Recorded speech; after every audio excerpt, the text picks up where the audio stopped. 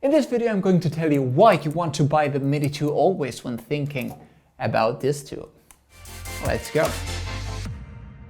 I was thinking about how to script a traditional comparison in this video, and of course I started putting like specs and features for a side-by-side comparison, but then I thought, you know what, it's been almost like a month since the Mini 2 was released and we've been flying quite a lot. We've done the crash tests and all that, so why not share our own experience, my real experience and thoughts about this drone and why DJI has done something massively wrong when talking about the Air 2. The first thing I want to talk about is the fact that the Mini 2 has 4K. DJI's step towards having even their smallest, cheapest toy drone with 4K is super brave, but in my opinion it has a few very dangerous problems. First of all, one of the biggest arguments for the Air 2 is now just gone, having more resolution. And guys, listen, because this changes it almost all. It's true that the sensor is still bigger, but I can give you my word that a well-exposed, properly filmed, well-edited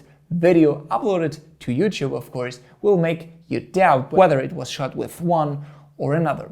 It's true that the Mini 2 may give you more kind of a over-sharpened, cheap smartphone look, but it's something that you can easily edit. And between you and me, the size of the Air 2's sensor is not that much bigger of the Mini 2. You know, everyone knows it by now. And if you've seen our channel, we've uploaded in the past months and years many footage comparison videos, and people were mostly unable to distinguish even the Mavic 2 Pro from the Mini 1 footage, which was kind of like super crazy. But where's the conflict? Well, the problem is that a beginner had before a tough decision whether purchasing the Mini 1 or the Air 2. The difference was huge. Right now, having solved the two biggest things that stopped people from buying the Mini 1, which were the terrible Wi-Fi connection and the also terrible not having 4K thing, which people argued so much about, I mean, what's left?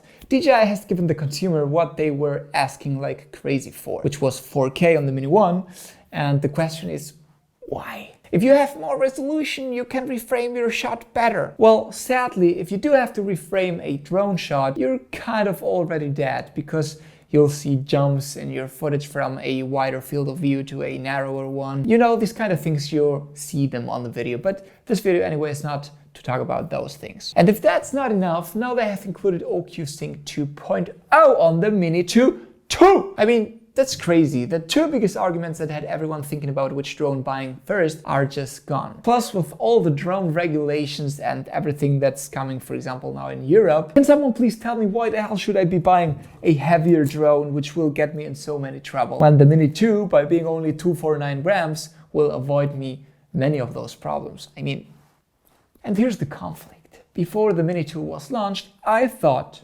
that I had found the perfect drone for me. I'm not Christopher Nolan, but I've been a filmmaker for quite some time, and I've been a drone pilot and filmer and all those things for quite some time too. The Air 2 was small, it was cheap, it had enough output quality, it was easy to carry, and honestly, for a compressed YouTube video, it was more than enough for me. Unique in features with, as I'm saying, the super price, and nothing was capable of beating the Air 2, no drone out there. And to my surprise, who killed the Air 2?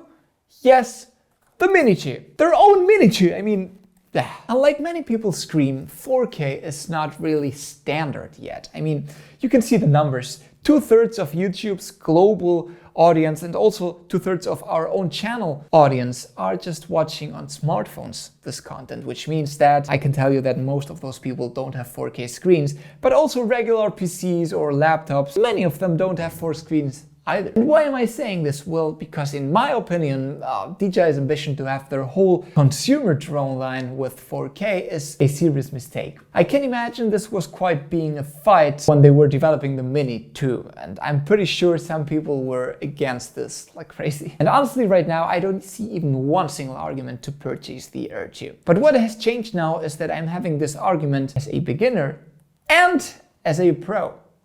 And in this video, I'm being super honest. I don't really care what other people say or what the brand thinks about what I'm saying. I'm no longer recommending buying the Air 2. As hard as it sounds, having the Mini 2 out there with those specs and this price it's unbeatable. And having a bit larger of a sensor, just a tiny bit larger, for me is not enough. It's not enough powerful argument to make me want to buy the Air 2. I mean, talking about the small sensors, of course. Also proven wind resistance tests have shown that even being half the weight of the Air 2, Mini 2 and the Air 2 kind of have the same wind resistance. Both having also the OcuSync 2.0, both using the same kind of carrying case. And come on, what kind of argument is telling that the Air 2 has one more intelligent flight mode that the Mini 2 doesn't? I mean, even the battery being much bigger than the Mini 2 lasts 2 minutes longer when flying than the Mini 2 battery. So also the Air 2's bitrate with 120 megabits per second was supposed to be super crazy, but the Mini 2 has now 100 megabits per second, and some YouTube videos tests have shown out there that the real difference is not 20 megabits. So and anyway, YouTube's video are usually compressed to 40 megabits per second, so there's nothing that you can really, you know, that's what I'm saying. But you want to know the only thing that I truly see as an inconvenience? Well, let's say I miss on the Mini 2 the internal storage, because that's something that has saved my day quite a few times. And if you're a bird-brained person like myself, I mean, yes, I looked that bird up on Google.